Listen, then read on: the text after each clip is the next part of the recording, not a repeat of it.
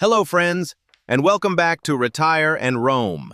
If you're the kind of person who enjoys traveling with purpose, stretching your budget wisely, learning the real history behind a place, and discovering corners of North America most people pass by without a second thought, then you're in exactly the right place. On this channel, we believe the best journeys are not only about beautiful views, they are also about the insight, perspective, and practical wisdom we gather along the way. Most days, we explore scenic roads, peaceful towns, retirement-friendly communities, and places that make us feel hopeful about the years ahead. But today, we're taking a different road, one that leads into silence, memory, and the forgotten edges of the Pacific Northwest. This region is famous for its evergreen forests, dramatic coastlines, mountain passes, and postcard-perfect beauty. But beneath that beauty is another story, one that many travelers never hear. Across Washington, Oregon, Idaho, and British Columbia, there are communities that once rose quickly around one fragile promise: a mine, a railroad, a logging operation, a mill. And when that promise failed, the towns faded with it. The 9 ghost towns we're exploring today are not the usual roadside curiosities. Some are sealed off by legal conflict. Some sit inside landscapes scarred by toxic industrial damage. Some are hidden behind private gates and active security. And some carry stories so strange and unsettling that they still disturb people decades later. These are places that force us to look beyond the old frontier myth and ask harder questions about ambition, risk, land, and legacy. So settle in, grab your coffee, and join me as we step into the shadows of the Pacific Northwest. What happens when human ambition pushes farther than the land can bear? And what can these lost communities teach us about the way we build our own future? This is 9 ghost towns in the PNW you're not supposed to know. And before we begin, if you enjoy thoughtful travel stories, retirement insight, and hidden places with real meaning, be sure to subscribe to Retire and Roam so you don't miss what comes next.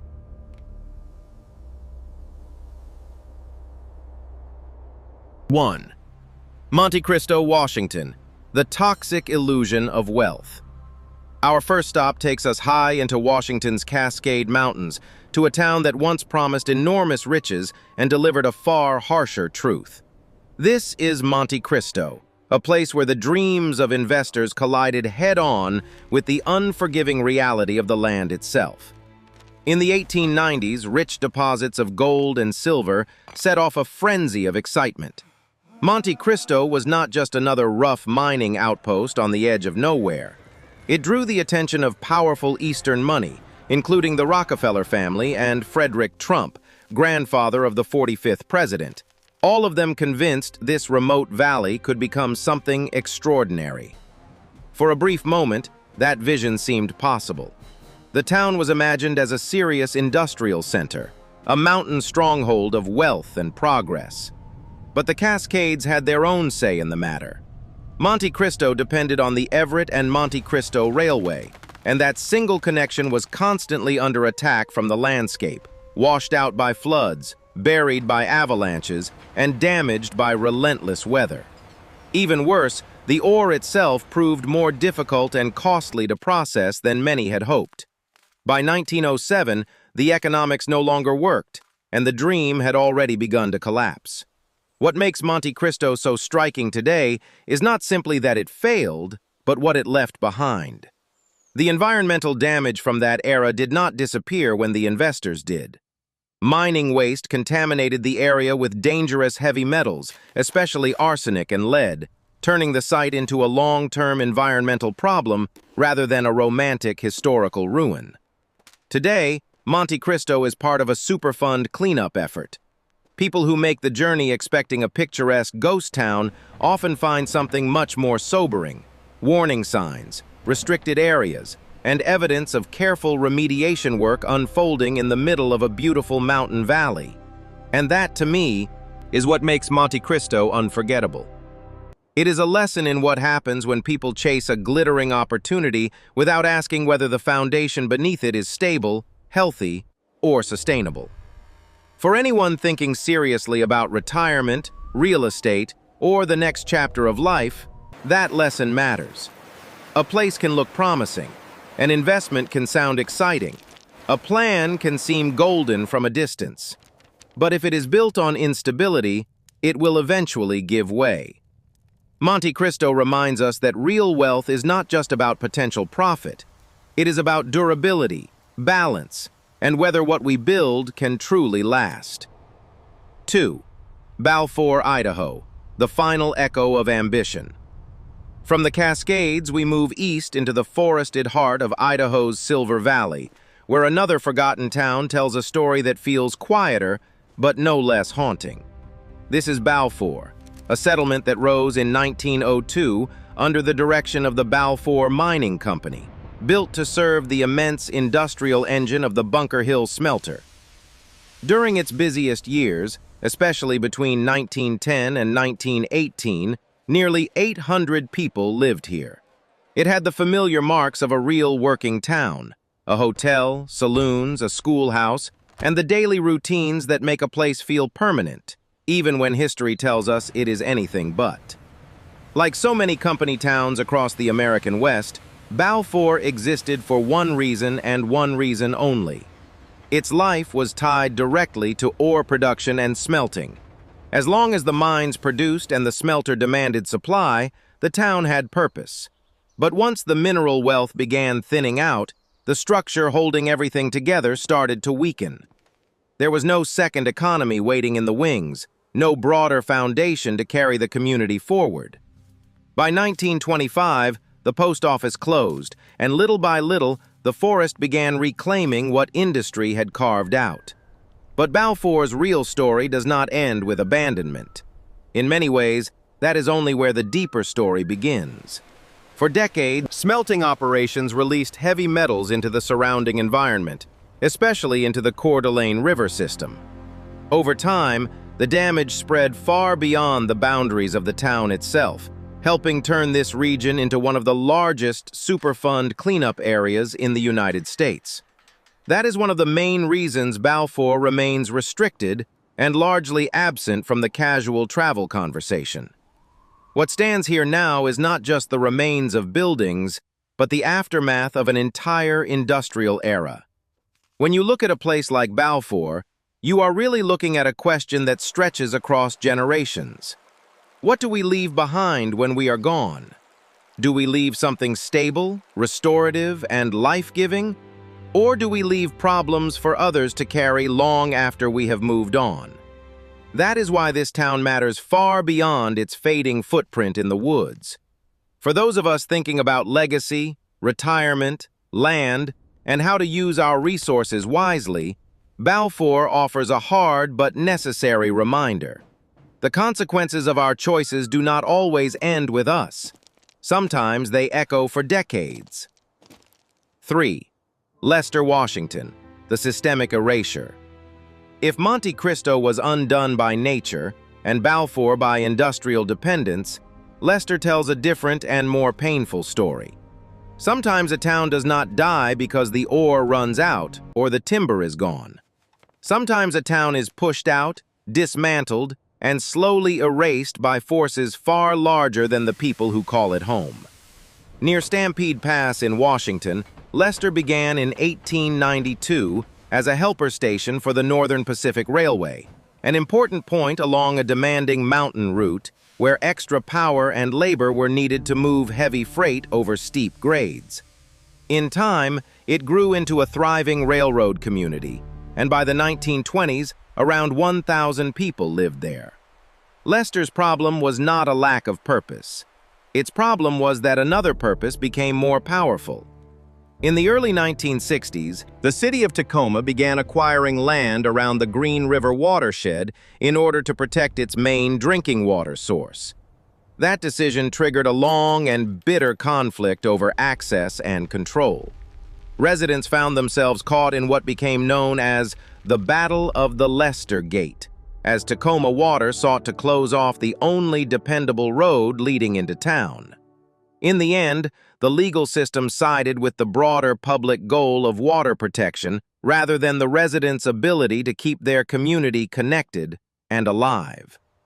After that, the town's future became harder and harder to defend. The final practical blow came in 1985, when Washington passed a law dissolving school districts with fewer than 5 students. That may sound like a technical policy detail, but in towns like Leicester, those details are often the difference between survival and disappearance. Residents, devastated by what was happening, held a mock funeral for their own town. That image stays with me because it captures something deeply human. They were not just losing buildings or land, they were losing memory, identity, and belonging. The last resident, Gertrude Murphy, held on until 2002, passing away at the age of 99. Years later, in 2017, Tacoma Water demolished the last major structures to protect the watershed and keep out trespassers and curiosity seekers. Today, Leicester remains hidden behind restriction, its story buried in the forest. Of the towns on this list, Leicester may be the one that hits closest to the heart. It reminds us that progress for the many can still feel like grief for the few. It reminds us that community is fragile and that the places we assume will always be there can vanish much faster than we expect. For those of us thinking about where and how to live later in life, Leicester carries a powerful lesson. Never take the human side of a place for granted. Roads, schools, neighbors, routines, and shared history. These are not small things. They are the fabric of a life. And once that fabric is pulled apart, it is very hard to stitch back together.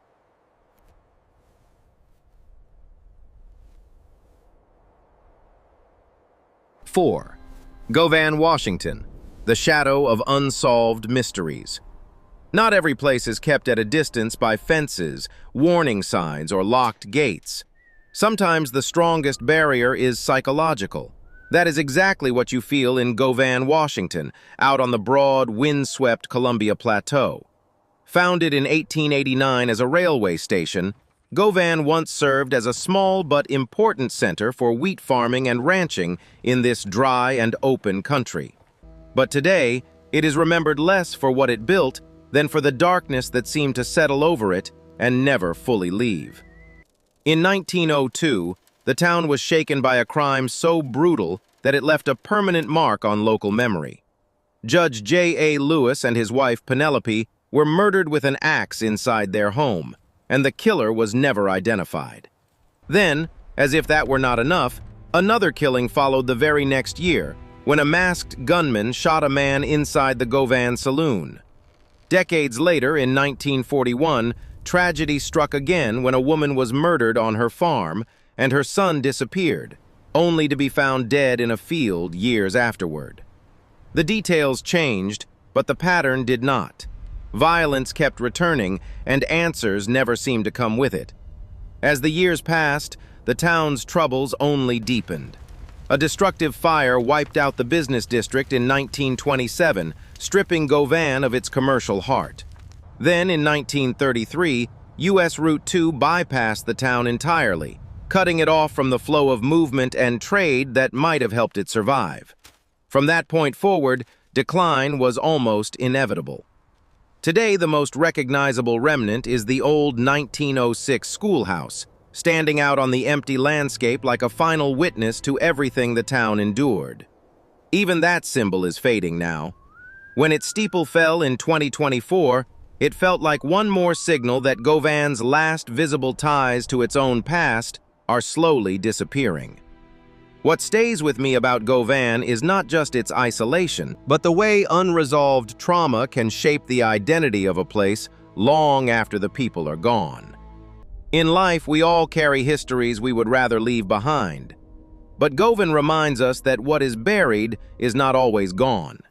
If pain is never faced, it has a way of settling into the walls, the land, and the silence. Places can collapse under that kind of weight, and so can people. That is why this town feels less like a ruin and more like a warning. 5. Bordeaux, Washington, the Forbidden Forest Town. From the haunted openness of Govan, we move back into the deep green forests of Washington, where another lost town sits hidden beneath moss, rain, and silence. Not far from the Mima Mounds in Thurston County lies Bordeaux, a place that once pulsed with the energy of one of the region's major logging operations. Founded in 1903 by the Mason County Logging Company, Bordeaux grew into a serious company town built around timber extraction on a massive scale.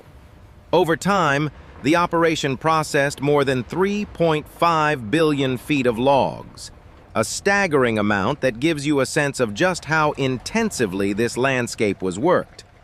At its height in the 1920s, Bordeaux was more than a work camp. It had a hotel, stores, and housing for as many as 600 residents, enough to create the feeling of a true community deep in the woods. But like so many resource towns, its future depended entirely on one thing being close at hand and seemingly endless. In this case, that thing was timber. And once the forests began running out, the town's fate was already sealed. By 1941, the last tree had been cut, the mill shut down, and the reason for Bordeaux's existence disappeared almost overnight. Years later, the site briefly returned to public curiosity when Courtney Love purchased the former supervisor's property for Kurt Cobain's family, adding another strange layer to a place that had already passed through several lives. Today, Bordeaux is firmly off-limits. It sits on private land and is protected as an archaeological site, which means public access is not allowed. Over the years, vandalism and deterioration have done serious damage to what remained, and the restrictions are meant to prevent even more loss. What is happening there now feels almost poetic. Nature is slowly reclaiming the very town that once existed to strip the surrounding forest bare. Moss spreads over concrete, roots work their way through the ruins, and the land quietly takes back what industry once demanded from it. Bordeaux leaves us with a lesson that reaches far beyond logging history. When we spend without restoring, take without replenishing, or push until there is nothing left, the outcome is predictable. That truth applies to land, certainly, but it also applies to money, energy, health, and relationships. A lot of people spend their best years clear-cutting their own reserves without realizing it until much later. Bordeaux is a reminder that sustainability is not just an environmental principle. It is a life principle. If we want something to endure, we have to give back as much intention as we take. 6. Kitsault, British Columbia, the time capsule of 1982. And then we come to one of the strangest places on this entire list, a town so surreal that it barely feels real. Hidden on the remote northern coast of British Columbia is Kitsault, a place that looks less like a ghost town and more like a movie set abandoned in perfect condition. In 1979, Phelps Dodge built what was essentially an instant city for workers at a molybdenum mine. This was not a rough camp or a half-finished industrial outpost. It was a fully planned corporate community, complete with 94 homes, 200 apartments, a hospital, a shopping mall, and even a movie theater, all designed to support around 1,200 workers and their families. On paper, Kitsault represented modern confidence at full scale. It was clean, organized, and expensive, built with the assumption that the industry behind it would hold. But only 18 months after the town opened, the global molybdenum market collapsed. In 1982, the mine shut down almost overnight, and residents were told to leave within days. The speed of that reversal is what makes the story so unsettling. People left behind dishes on tables, magazines in living rooms, and traces of ordinary daily life that made the place feel paused rather than ended. Then the story took an even stranger turn. In 2004, entrepreneur Krishnan Suthanthiran bought the entire town for $5 million in cash. Since then, he has spent millions more maintaining it. The electricity is still on, the grass is still cut, the streets are still clean. Inside many of the buildings, the decor remains frozen in the style of the early 1980s, as if the residents might return at any moment. For years, the hope has lingered that Kitsault could be revived for a future industrial purpose, possibly linked to a liquefied natural gas project. But for now, it remains heavily guarded, almost entirely empty, and watched over by little more than a caretaker and a long, uncertain future. Kitsault stays with people because it captures the illusion of guaranteed prosperity in such a vivid way. Money built it fast, confidence filled it quickly, and market forces emptied it just as fast. That is a powerful lesson for anyone thinking about security, retirement, or the future they are trying to create. External success can disappear with astonishing speed when it depends on forces we do not control. Kitsault reminds us that real stability does not come from the appearance of wealth or the promise of a sudden boom. It comes from resilience, flexibility, and the ability to stand steady when the market, the plan, or the dream shifts without warning. 7. Antioch, British Columbia, the hidden smelter kingdom. As we move farther north, the journey becomes even more remote. Reached only by boat or seaplane, Antioch sits along an isolated inlet on the coast of British Columbia, and it still carries the weight of its old name, Hidden Waters, from the Niska language. But there was nothing small or hidden about what was built here. Between 1914 and 1935, Antioch grew into a major copper mining and smelting center, with a population that reached around 3,000 people. For a time, it was not just a company town, but a full industrial kingdom planted in the wilderness. The scale of the place was extraordinary. Antioch was home to the Falls Creek Dam, which stood 156 feet tall and was the tallest dam in Canada at the time. That alone tells you how ambitious this operation was. But ambition came with a severe cost. The smelter released heavy sulfurous fumes into the air, creating acid rain so intense that it stripped the surrounding mountainsides bare. The hills around the town were not simply altered by industry, they were smothered by it. The very landscape began to reflect the price of industrial progress pushed too far. Then came the Great Depression. As copper demand fell, the economic engine that sustained Antioch stalled out, and by 1935 the town was abandoned. In the 1940s, forest fires swept through and destroyed most of the wooden buildings, leaving behind only the larger concrete remains, stark and severe against the wilderness. Today, Antioch feels like a forgotten empire reduced to fragments.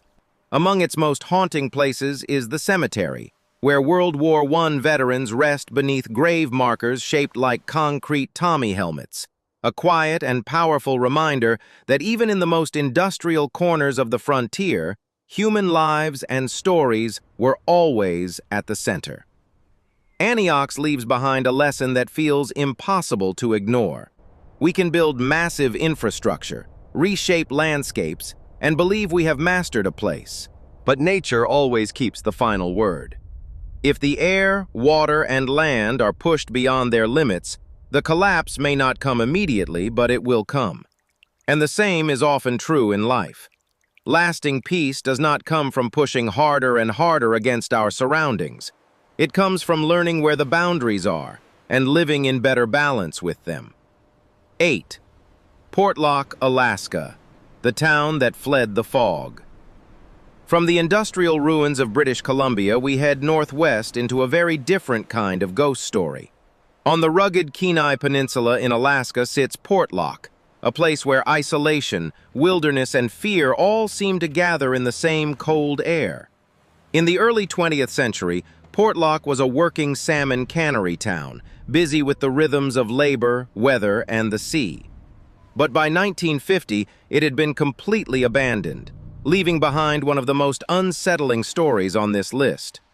Officially, The town's decline is often linked to practical reasons, especially the construction of a new highway that reduced the need for the port. But local lore tells a much darker story, one that never fully left the region.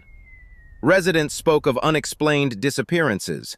Hunters entered the woods and never came back. Reports circulated of mutilated bodies found near the lagoon. Over time, many locals came to believe these events were connected to the Nantinak, a massive hairy being in Dena'ina tradition, often compared to Bigfoot, whose name is said to mean those who steal people. Whether you believe that creature was real, symbolic, or simply a way of making sense of the very real dangers of Alaska's wilderness, one thing is clear. The fear in Portlock became overwhelming. People did not just drift away, they fled. Families relocated to nearby villages, choosing distance and safety over stubborn attachment to a place that no longer felt livable. Today, the site belongs to the native village of Nanwalek, and the remains of the old cannery fade deeper into the landscape each year.